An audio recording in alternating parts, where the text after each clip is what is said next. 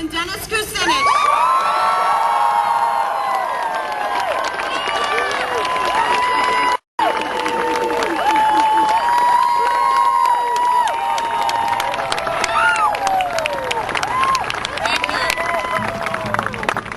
Thank you on this beautiful Georgia morning when we take in the light of day.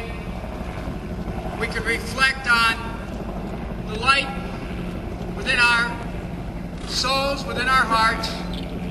that brings us together this morning to bear witness to that light and to bear witness to the undeniable truth and to the imperative of human unity,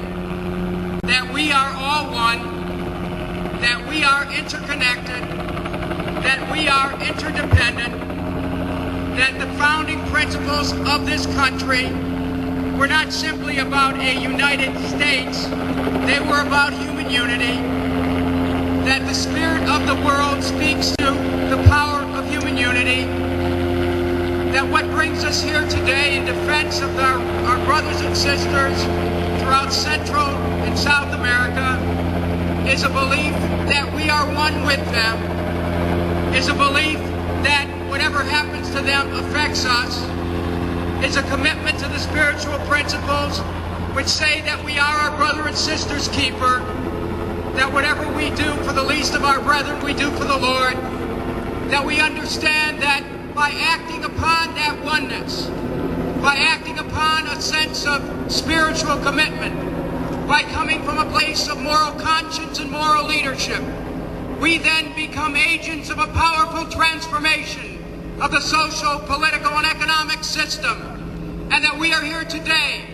to speak not only to Georgia and to Fort Benning, but we are here today as one voice to speak to the world, to say that we reject war as an instrument of policy.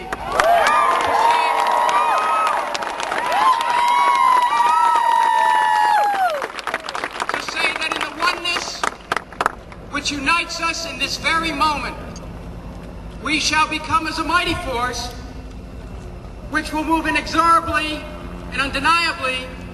towards establishing peace as a formational and foundational principle of this country. I commit to you that if I'm elected President of the United States, that one of my first acts in office will be to close this school.